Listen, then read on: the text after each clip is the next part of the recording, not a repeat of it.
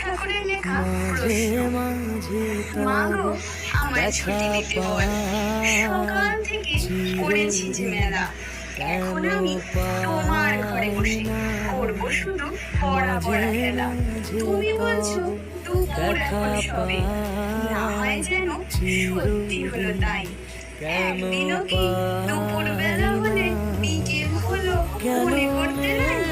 আমি তো বেশ ভাবতে পারি মনে, সূর্য ডুবে গেছে মাঠের শেষে, ভাবতি বুড়ি ঝুড়ি করে নিয়ে শাক তুলছে পুকুর ধারে এসে।